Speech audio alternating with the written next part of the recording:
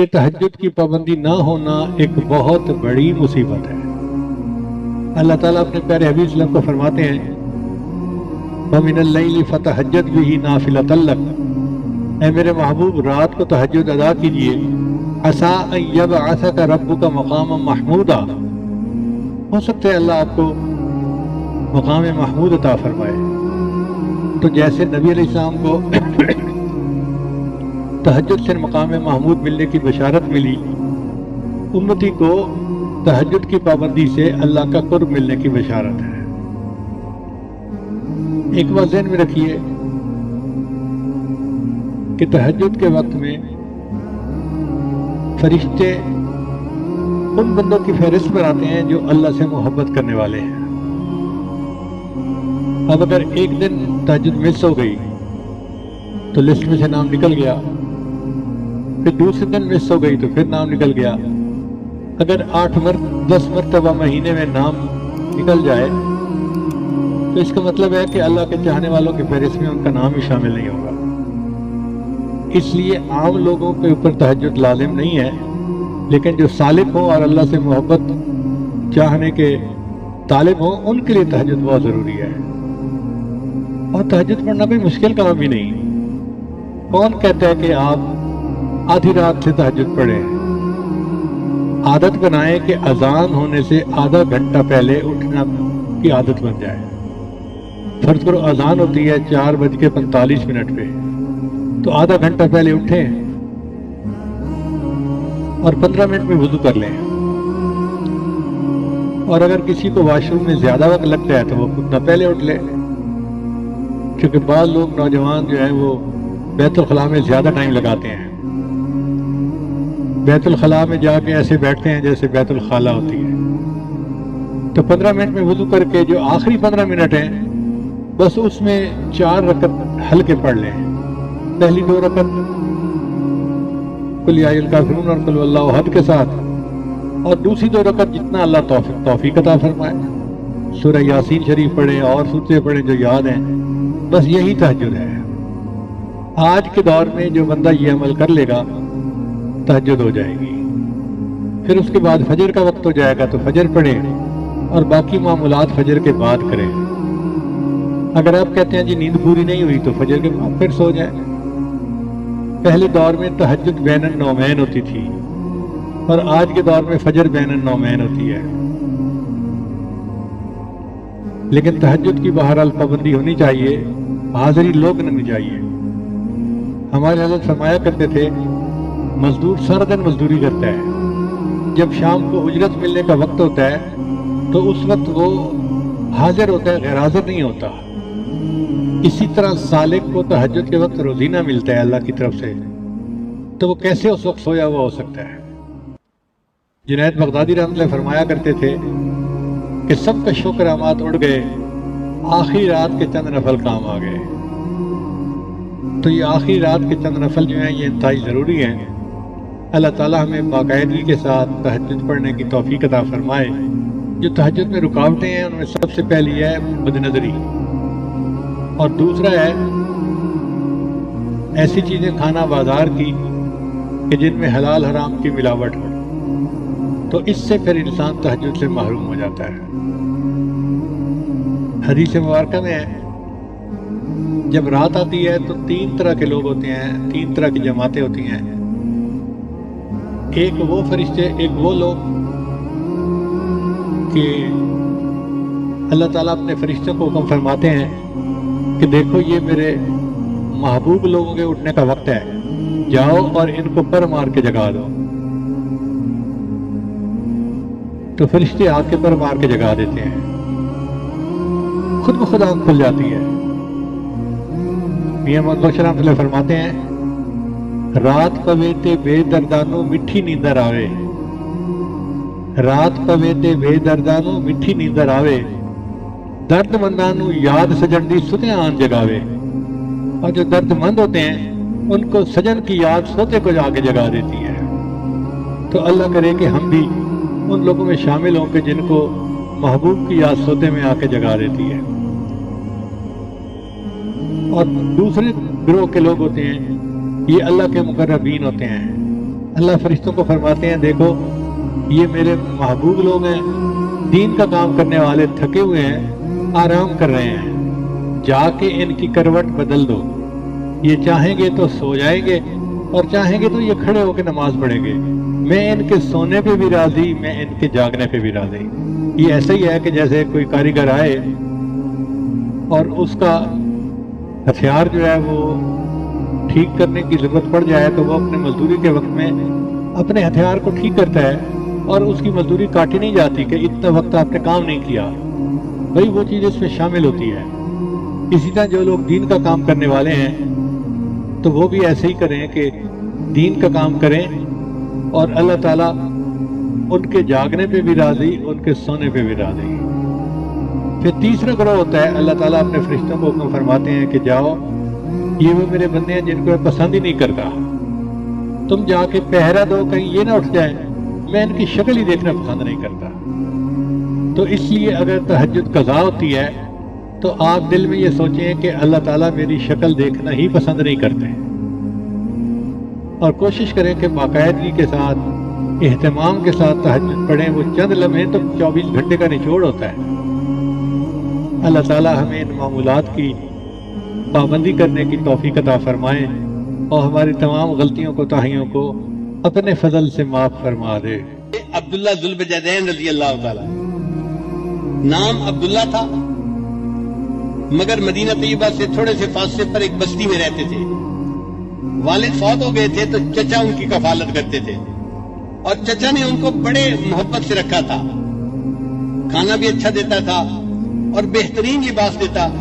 عبداللہ شکل کا بھی بہت خوبصورت تھا، پھر اس کے اوپر جب قیمتی اور خوبصورت لباس پہنتا تو اس کی جوانی کو دیکھ کے، اس کی پرسنالٹی کو دیکھ کے لوگ حیران ہوتے تھے۔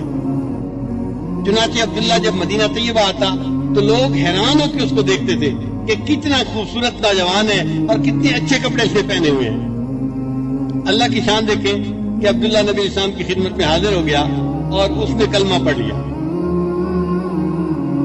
اب جب واپس گھر گیا تو چاہتا تو وہ تھا کہ میں نبی اسلام کی محبت کو چھپاؤں، مگر محبت چھپانے سے چھپتی نہیں ہے۔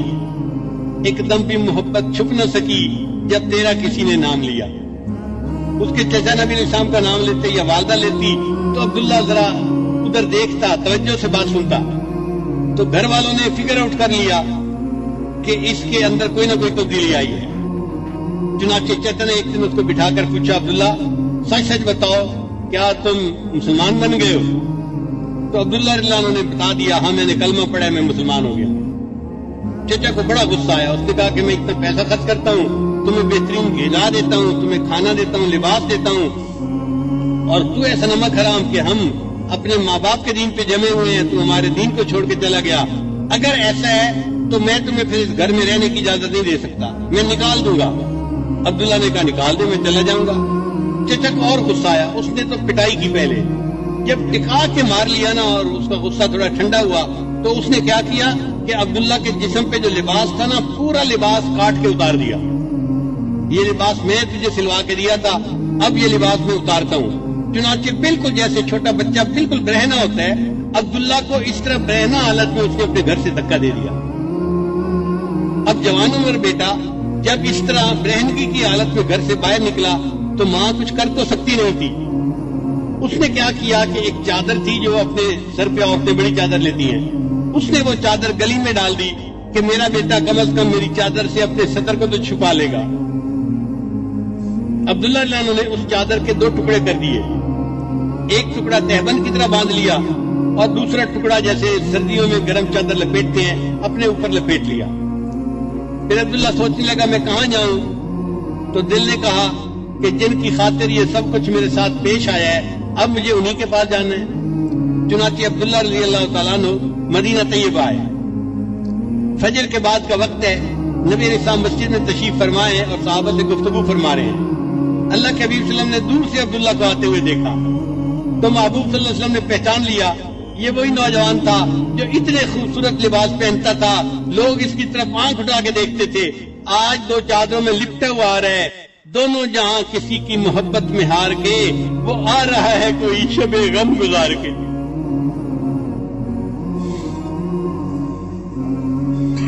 جب عبداللہ عنہ آئے تو نبی علیہ السلام نے پوچھا عبداللہ کیا معاملہ پیش آیا؟ انہوں نے بتایا کہ مجھے اتنی پٹائی ہوئی، اپنے زخم کو نشان دکھائے اور میرے تو کپڑے بھی اتار لیے گئے، اور یہ والدہ کی چادر ہے جس میں کہ میں اپنے جسم لپیٹ کے آپ کے پاس حاضر ہو گیا ہوں۔ تو نبی علیہ السلام نے فرمایا اچھا عبداللہ، یہ جو اصحاب صفہ ہیں نا مسجد میں جو مہاجرین ہیں جو دین سیکھنے والے ہیں، تم بھی ان کے ساتھ وقت گزارو۔ چنانچہ عبداللہ رضی اللہ عنہ نے اصحاب صفہ کے ساتھ بیٹھنا اٹھنا شروع کر دیا۔ اب چونکہ بڑی قربانی دے کے آئے تھے نا تو ان کے اندر اللہ کی محبت کا جذبہ تھا۔ حدیث میں آتا ہے یہ کبھی کبھی مسجد نبی کے گیٹ پہ نا زور سے اللہ اللہ اللہ یہ الفاظ کہتے تھے۔ حضرت عمر رضی اللہ عنہ کی طبیعت میں نظم و نسق بہت زیادہ تھا۔ ایک دفعہ انہوں نے ایسا کرتے ہوئے دیکھا تو انہوں نے ڈانٹ پھرائی، عبداللہ تمیز سے کام لو، کیا ایسی باتیں کر رہے ہو، چلاؤ مت، آواز نیچی رکھو۔ نبی علیہ السلام کو پتہ چلا تو نبی علیہ السلام نے حضرت عمر رضی اللہ عنہ کو بلایا، فرمایا عمر عبداللہ کو کچھ نہ کہنا، یہ جو کرتے ہیں اللہ کی محبت میں ڈوب کے کرتا ہے۔ تھوڑے عرصے کے بعد نبی علیہ السلام کو ایک غزوہ کے لیے نکلنے کی ضرورت پیش آئی تو حضرت عبداللہ ذوالبجدین رضی اللہ عنہ بھی ساتھ تھے۔ کچھ سفر طے ہو گیا، ایک جگہ پر قیام ہوا، وہ جگہ بڑی سرسبز تھی اور موسم میں ذرا خنکی تھی، ٹھنڈ تھی۔ حضرت عبداللہ رضی اللہ عنہ کو بخار ہو گیا۔ اللہ کے حبیب صلی اللہ علیہ وسلم کو جب پتہ چلا کہ عبداللہ رضی اللہ عنہ کو بخار ہو گیا ہے تو نبی علیہ السلام نے ارادہ کیا کہ میں ان کی تباہ پرسی کے لیے جاتا ہوں۔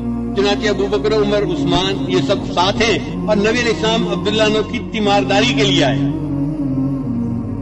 اچھا بخار تیز تھا اور عبداللہ رضی اللہ عنہ بس لیٹے ہوئے تھے آنکھیں بند کر کے۔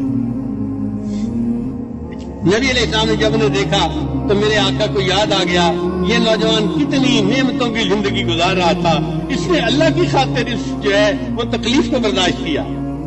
تو محبوب صلی اللہ علیہ وسلم اس کے قریب آ کر بیٹھے اور اس کے سر کے نیچے سے سرہانے کو ہٹا دیا اور اس کا سر اپنی گود میں مبارک میں رکھ لیا۔ یہ عبداللہ عنہ وہ صحابی ہے جن کو اس حال میں موت آئی کہ ان کی نگاہیں نبی علیہ السلام کے چہرے انور پر جمی ہوئی تھی اور ان کا سر نبی علیہ السلام کی گود مبارک میں تھا۔ انہوں نے آخری سانس لیا اور ان کی اوپر پرواز کر گئی۔ آقا تیری معراج کہ تو لوح و قلم تک پہنچا، تیری معراج کہ تو لوح و قلم تک پہنچا اور میری معراج کہ میں تیرے قدم تک پہنچا۔ یہ عبداللہ عنہ وہ صحابی تھے کہ جن کو نبی علیہ السلام کی مبارک گود کے اندر موت آئی۔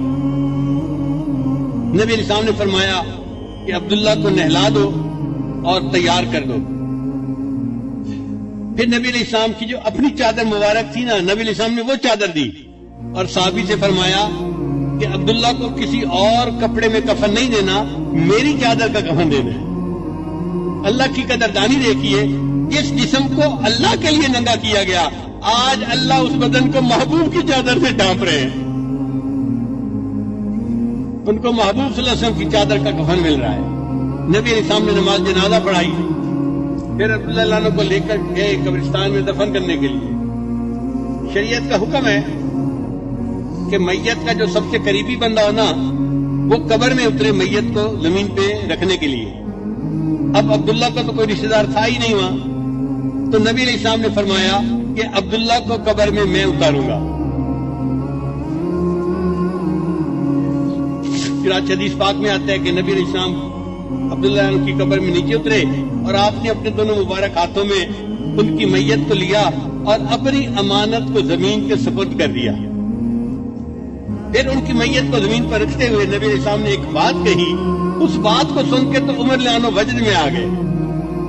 کیا بات کہی؟ نبی علیہ السلام نے یہ بات کہی، اے اللہ میں عبداللہ سے راضی ہوں، تو بھی عبداللہ سے راضی ہو جانا۔ دوستو ایسی ویڈیو دیکھنے کے لیے ہمارے چینل کو ابھی سبسکرائب کر لیں اور بیل آئیکن کو بھی دبا لیں، ویڈیو کو شیئر کرنا تاکہ اس سے سب کو فائدہ ہو۔